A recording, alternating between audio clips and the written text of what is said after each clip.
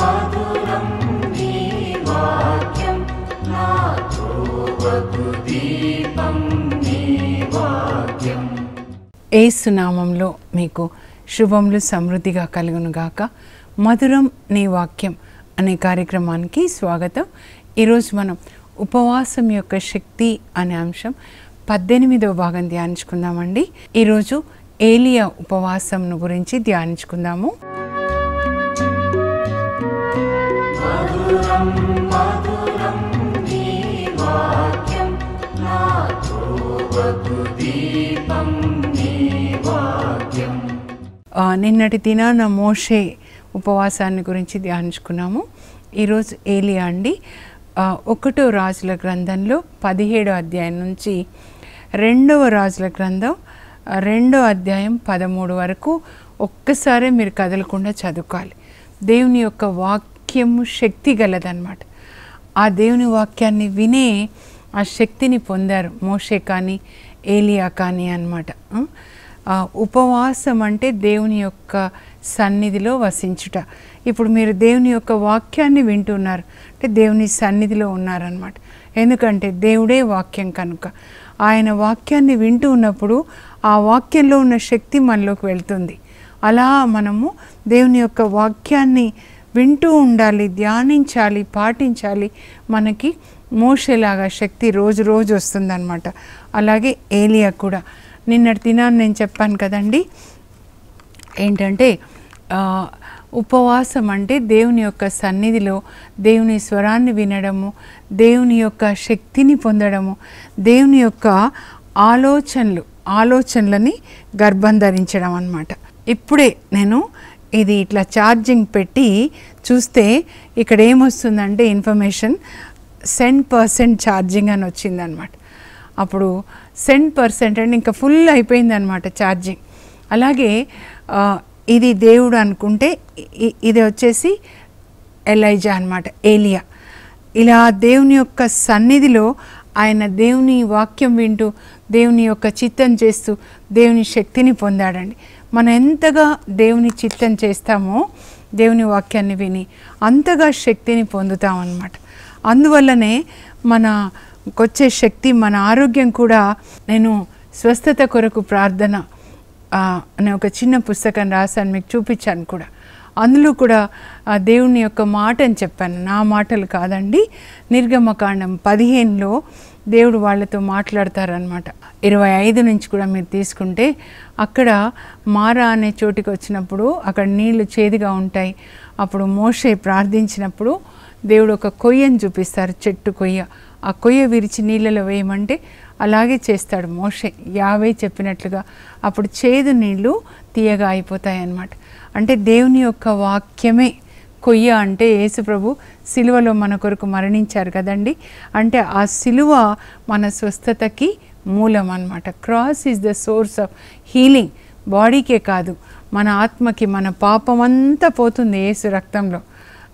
అలాగే యేసుప్రభుని పొడిచినప్పుడు నీళ్లు వచ్చేసాయి, ఒక ప్రక్క నుంచి రక్తం వచ్చింది కదండి. యోహాను సువార్తలో మనం చూస్తాం కదా. అంటే నీరు అంటే దేవుని వాక్యం అన్నమాట. మరి యేసు రక్తం, ఈ రెండు మనల్ని ప్రతి పాపం నుంచి కడిగేస్తాయి అన్నమాట. అయితే ఇప్పుడు మనం వాక్యం గురించి ధ్యానించుకుంటున్నాం కదా. నిర్గమకాండము 15, 25, 26లో ప్రభు ఏం చెప్తారంటే, ఇదిగో నేను ఇచ్చిన ఆజ్ఞల్ని మీరు శ్రద్ధగా విని దేవుని దృష్టికి ధర్మమైన దాన్ని ఆచరించి నా ఆజ్ఞలన్నీ పాటిస్తే ఈ ఐగుప్తీలకు ఇచ్చిన ఏ అనారోగ్యం మీకు ఇవ్వను, మిమ్ము స్వస్థపరచు దేవుడను నేనే. ఐఎమ్ యావే రాఫా రుఫేకా. అంటే నా ఆజ్ఞలు మీరు శ్రద్ధగా వినాలి, నా దృష్టికి ధర్మమైనది చేయాలి. మీ దృష్టికి ధర్మమైనది కాదు, దేవుని దృష్టికి. అందువల్ల స్వస్థత అనేది ఏదో ఒక్క నిమిషంలో ప్రార్థనకి వెళ్ళాము, స్వస్థత పొందాము, అయితే మళ్ళీ వచ్చేస్తుంది అది. కానీ నీతిగా దేవుని వాక్యం ప్రకారం జీవిస్తూ పొందినటువంటి ఆరోగ్యము ఎప్పటికీ ఉంటుంది. శరీరానికే కాదు, ఆత్మకు కూడా అన్నమాట, మనసుకి కూడా, మూడింటికి. అందుకే నేను అబ్రహాం గురించి కూడా రాశానండి ఆ బుక్లో. 175 సంవత్సరాలు ఆయన జీవిస్తాడు. 99 సంవత్సరాల వయసులో ముగ్గురు బాటసార్లు వస్తే వాళ్ళ దగ్గరికి పరిగెత్తుకుంటూ పోతాడు, ఆతిథ్యం స్వీకరించండి మా ఇంటికి వచ్చాను. వాళ్ళు అలాగే కూర్చుంటారు. సింధూర వృక్షం క్రింద, సింధూర వనం అంటే నీతి వృక్షం అన్నమాట. దేవుడు నీతిమంతుడు, అందుకే నీతి వృక్షం, సింధూర వృక్షం అంటే నీతి. అబ్రహాం కూడా సింధూర వనంలో సింధూర వృక్షం దగ్గర నివసించాడని ఉంటుంది, అంటే నీతి అన్నమాట. దేవుని యొక్క వాక్యాన్ని, ధర్మశాస్త్రాన్ని పాటించాలండి. నేను వస్తున్నప్పుడు కారులో బైబిల్ తీశానన్నమాట. సిరా గ్రంథం చదువుదాము. 45వ అధ్యాయంలో మోషే గురించి, తర్వాత 48లో ఏలియా గురించి ఉంది అని. అప్పుడు 33:1 వచ్చింది, 32 పైన కూడా దైవభీతి నీ గురించి రాయబడి ఉందన్నమాట. దైవభీతి కలవాడు ధర్మశాస్త్రమును పాటించువానికి ఎన్ని ఆపదలు వచ్చినా దేవుడు అన్ని మార్లు కూడా అతన్ని కాపాడతాడు. ధర్మశాస్త్రాన్ని మనము పాటించడం అంటే ఏటి ఒడ్డున నాటిన చెట్టులాగా ఎప్పుడు ఫలిస్తూ అన్ని పనులలో దేవుడు జయమిస్తారండి. మొదటి కీర్తనలోనే రాయబడి ఉంది. 2 గ్రూప్స్ మనుషులు, రెండు బృందాలుగా ఉంటారు. ఒకటి నీతిమంతులు, ఒక దుష్టులు అన్నమాట. నీతిమంతులు ఎవరు అనంటే ఎల్లప్పుడూ దేవుని వాక్యాన్ని పఠిస్తూ దాన్ని పాటించేవాళ్ళు అన్నమాట. వాళ్ళు ఎలా ఉంటారంటే ఏటి ఒడ్డున నాటిన చెట్టు ఎలా నీళ్ళని పీల్చుకొని మంచి కాయలు కాస్తుందో అలా ఉంటారు. వాళ్ళ పనులన్నిట్లో జయమిస్తారనమాట. ఏరు అంటే దేవుని యొక్క వాక్యం అండి, యోర్దాను నది అన్నమాట. సో ఆ నది ఒడ్డున నాటిన చెట్టు ఎట్లా నీళ్లు పీల్చుకుంటుందో ఎప్పుడు దినం రాత్రి దేవుని వాక్యాన్ని మనం చదివి దాన్ని ధ్యానించి పాటించాలన్నమాట. అలా జీవించిన వ్యక్తి ఎవరంటే ఏలియా అండి.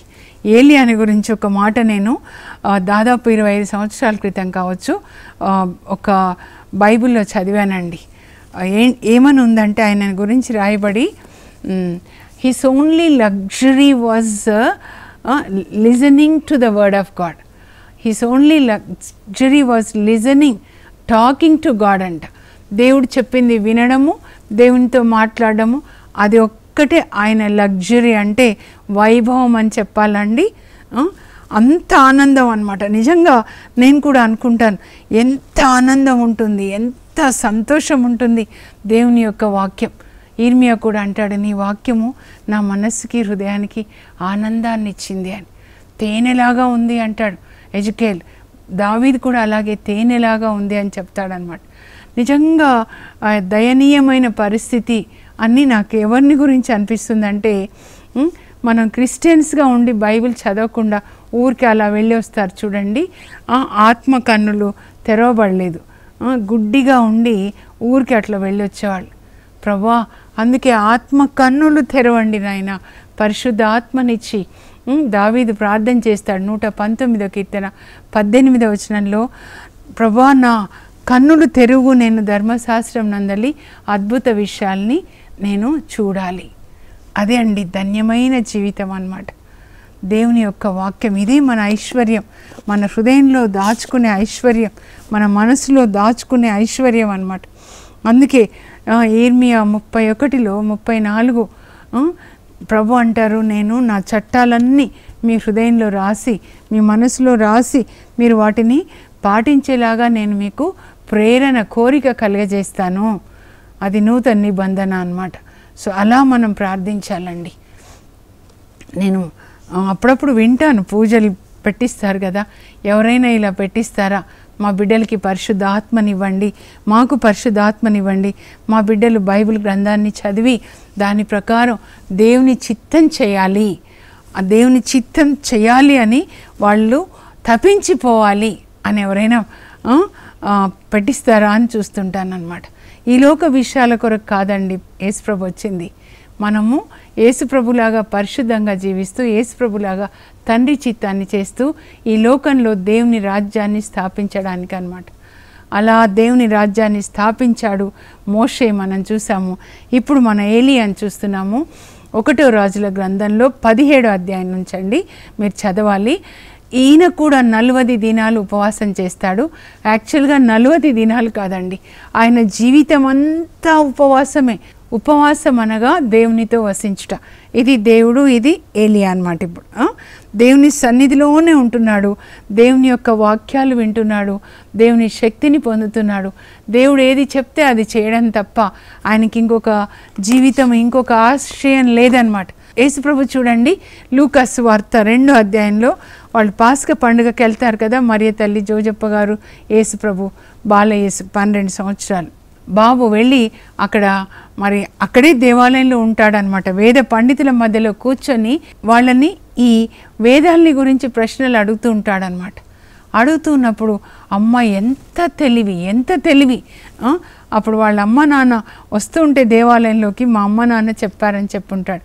తర్వాత మరియ తల్లి పరిగెత్తుకుంటూ కొడుకుని చూసి, 3 రోజులు తప్పిపోయాడు కదా కొడుకు, ఆందోళనతో, ఎందుకు నాన్న నువ్వు ఇట్లా చేసావు, మీ నాన్న నేను నీకోసం ఎత్తుకుతున్నాం కదా అంటే, అమ్మ నేను నా తండ్రి బిజినెస్ మీద ఉండాలని నీకు తెలీదా, don't you know that I have to be on my father's business. అదే పని ఏలియా చేశాడండి, అదే పని మోషే చేశాడు. దేవుని రాజ్యాన్ని స్థాపించిన మండుచున్న కాగడ అనమాట ఏలియా. మీరు తప్పకుండా ఇది చదవాలి. 1 రాజులు 17 నుంచి 2 రాజులు 2:13 వచనం. తర్వాత సిరాకు గ్రంథంలో 48వ అధ్యాయాన్ని మీరు చదవాలండి, చాలా బాగుంటుంది సిరాక్ గ్రంథం. అక్కడ ఏలియాని గురించి ఏమని రాస్తాడంటే, ఏలియా నిప్పు మంటలాగా, మండుచున్న కాగడలాగా మండాడు. అలా మండాడండి, ప్రజల్ని దేవుని వైపు తిప్పాడనమాట. అప్పుడు ఎట్లా ఉండింది అహబ్ రాజు కాలంలో, అహబ్ రాజు భార్య అన్యుల అమ్మాయి అన్నమాట. అక్కడంతా విగ్రహాలతో నింపినప్పుడు ఇజ్రాయెల్ దేశాన్ని ఈయన హృదయం మండుతుందండి. దేవుని కొరకు మండాలి మనం. అగ్నిలాగా మండాడు కాబట్టి దేవుడు ఆయనను ఎట్లా తీసుకెళ్ళాడంటే పరలోకానికి అగ్ని రథాలని పంపిస్తాడనమాట. అగ్ని గుర్రాలు లాగే అగ్ని రథం, అగ్ని దూతలు వచ్చి ఆయనని పరలోకానికి తీసుకెళ్తారనమాట. ఒక ప్రత్యేకమైనది. మోషే మరణించినప్పుడు ప్రత్యేకమైనటువంటి భూస్థాపన, దేవుడే భూస్థాపన చేశారంటే నా కొడుకు, దేవుని కొడుకు అన్నమాట.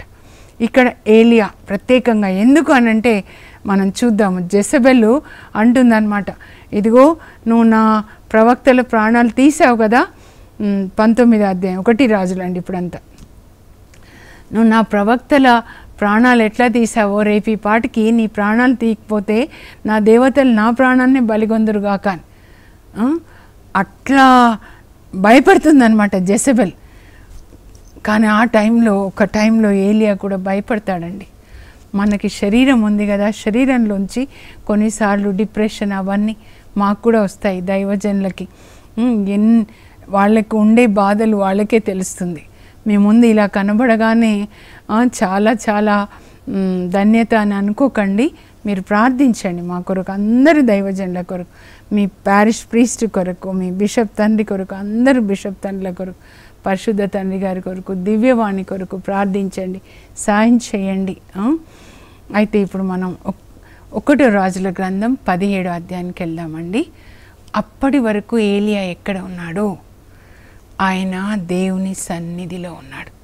మోషే ఎట్లా సినాయి పర్వతం మీద దేవుని సన్నిధిలో ఉన్నాడో, మోషే అయితే మరి 40 దినాలు, ఈయన అసలు ఆయన జీవితం అంతా దేవుని సన్నిధిలోనే ఉన్నాడు. అప్పుడు దేవుడు ఆయనకి చెప్తారనమాట. ప్రజల దగ్గర ఆయన కనబడలేదు, దేవుని సన్నిధిలోనే ఎప్పుడు దేవుడు చెప్పింది వినడము, ఆ చెప్పిన దానికి స్పందిస్తూ మాట్లాడడం అనమాట.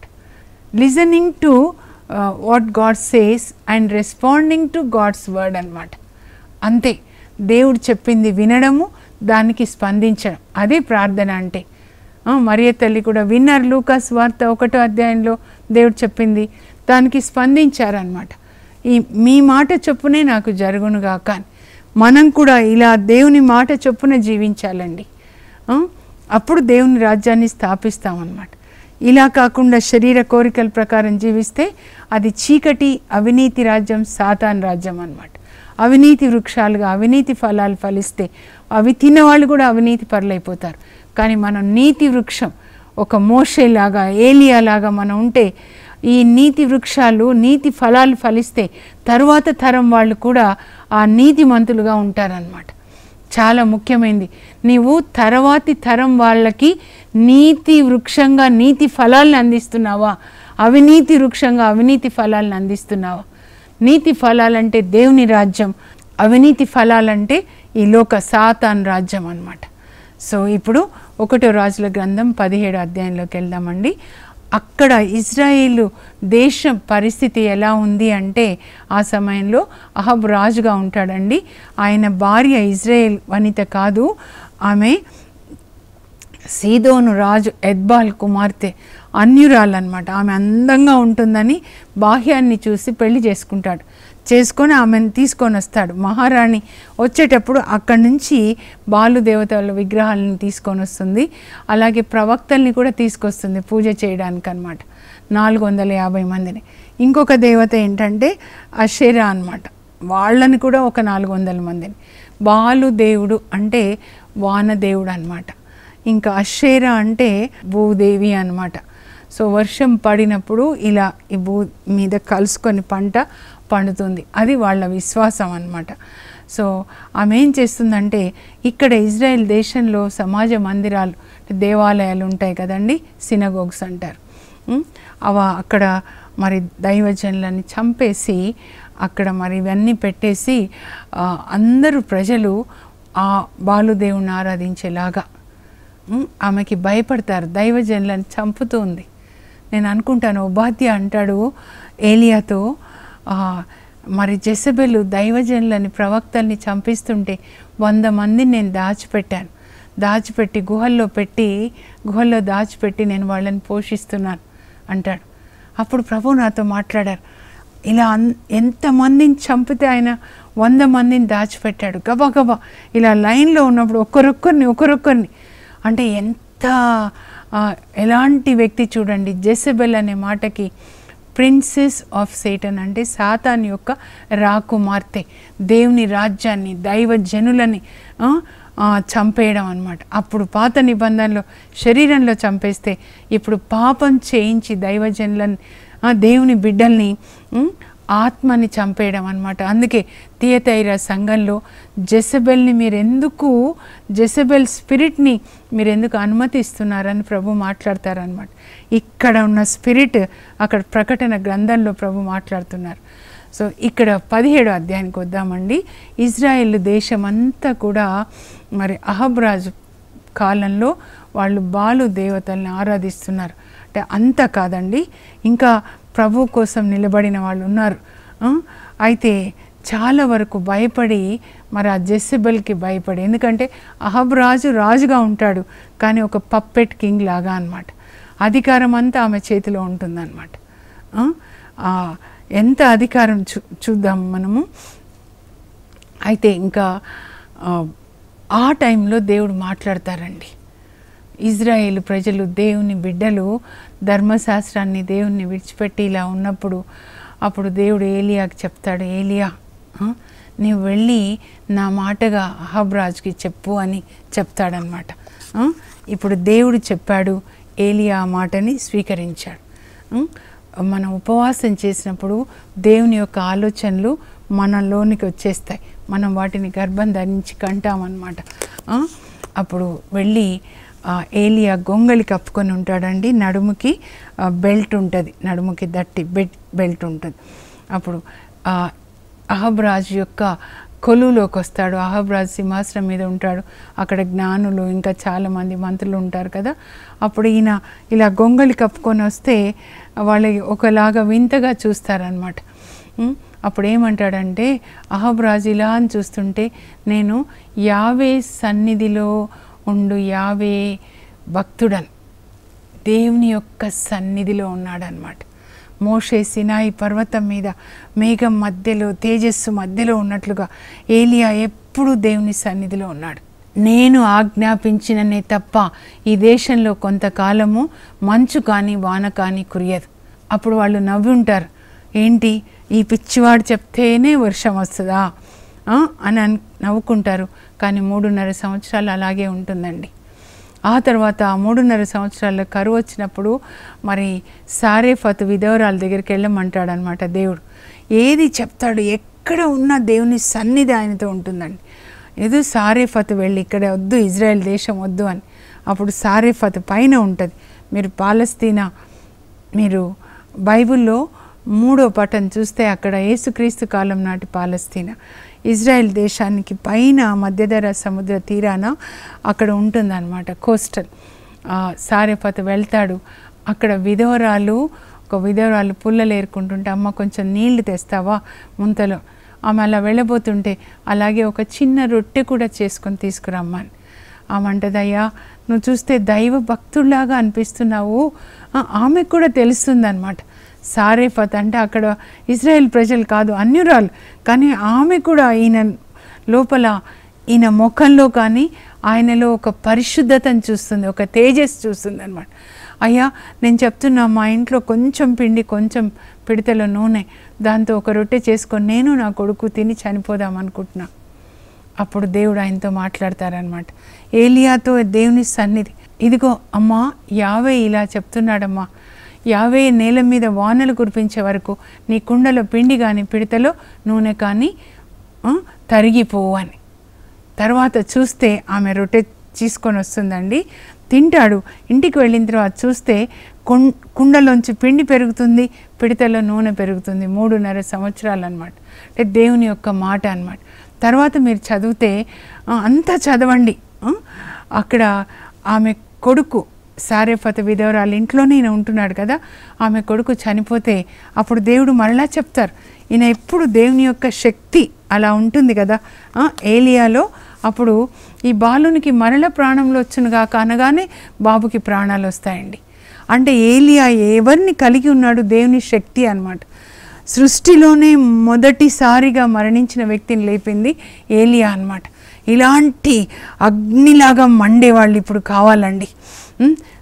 సైతాను శక్తులతోటి సవాల్ చేసేవాళ్ళు అన్నమాట. ఆ తర్వాత 18వ అధ్యాయంలో దేవుడు చెప్తారు ఏలియాతో, నువ్వు వెళ్ళి మళ్ళీ కనబడు, 3.5 సంవత్సరాలు అయిపోతుందన్నమాట. అహబ్రాజుకి కనబడంటే వెళ్తాడు.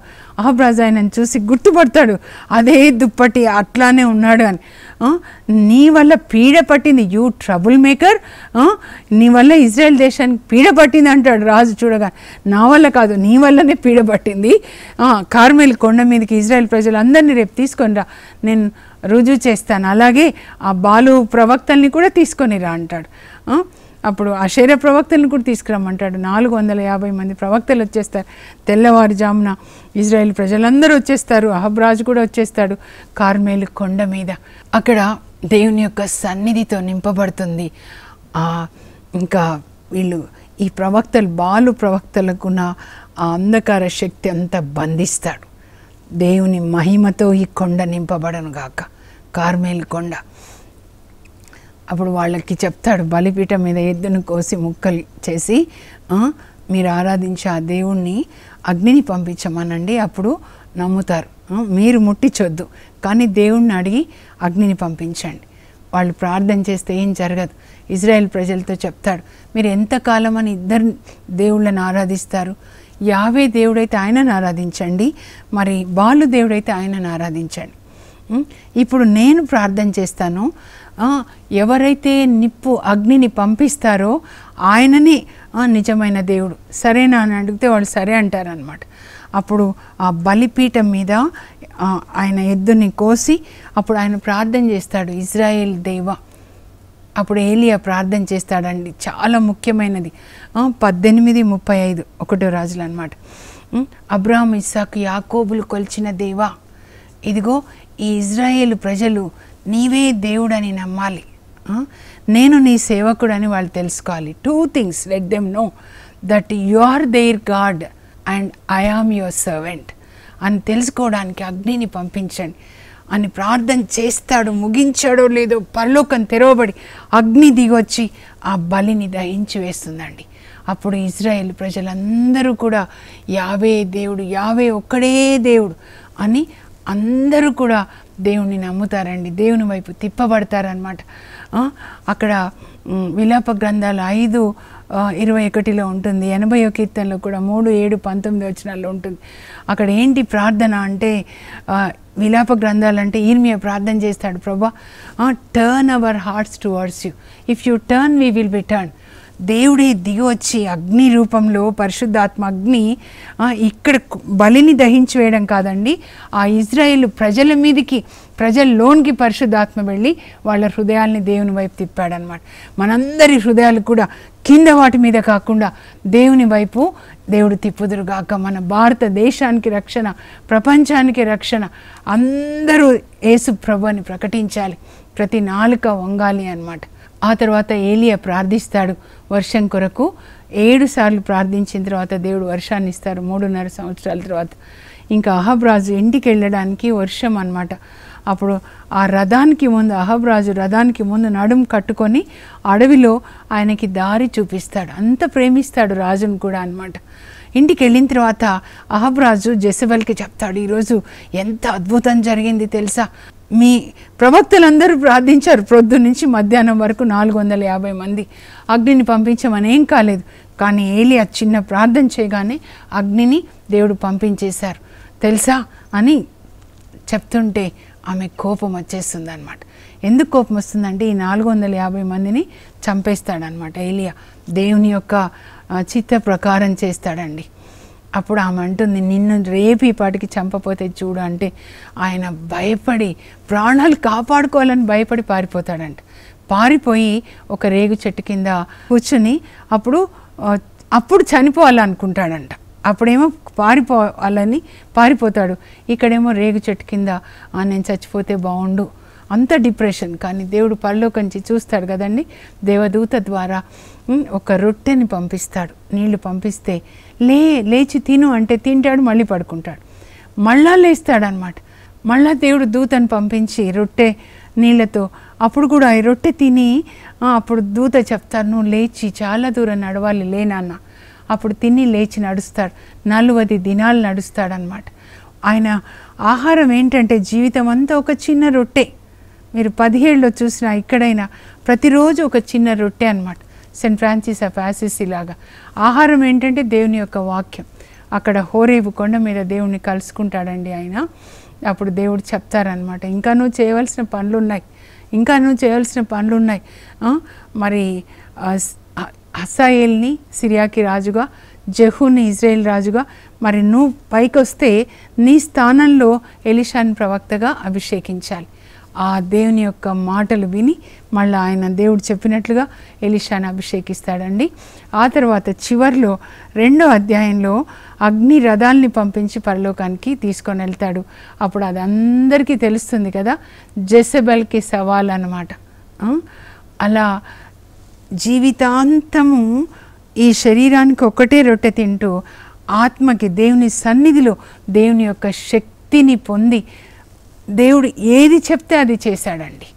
అది ఉపవాసం అంటే దేవుని సన్నిధిలో దేవుని యొక్క మాటలు తీసుకొని ఈ భూమి మీద ఆయన రాజ్యాన్ని స్థాపించడం అన్నమాట. ప్రార్థన చేసుకుందాం. పరలోకపు మా తండ్రి, మీ పరిశుద్ధ నామమునకు స్తోత్రం కలుగును గాక. ఏలియా ఎట్లా మీ కొరకు మండాడు ప్రభా, అలా మేము కూడా మీ కొరకు మండాలి. మీ యొక్క ఆలోచనలు మా ఆలోచనలుగా ఉండి భూమి మీద మీ రాజ్యాన్ని స్థాపించడానికి, మండుచున్న కాగడాల్లాగా మండడానికి మా అందరికీ అగ్ని అభిషేకాన్ని దయచేయండి ప్రభా. యేసు నామంలో అడుగుచున్నాం తండ్రి, ఆమెన్. మన దేశంలో కూడా దేవుడు ఏలియాలను లేవనెత్తుదురుగాక. మీరే ఆ ఏలియాలుగా అభిషేకించబడుదురుగాక. God bless you. Have a blessed day.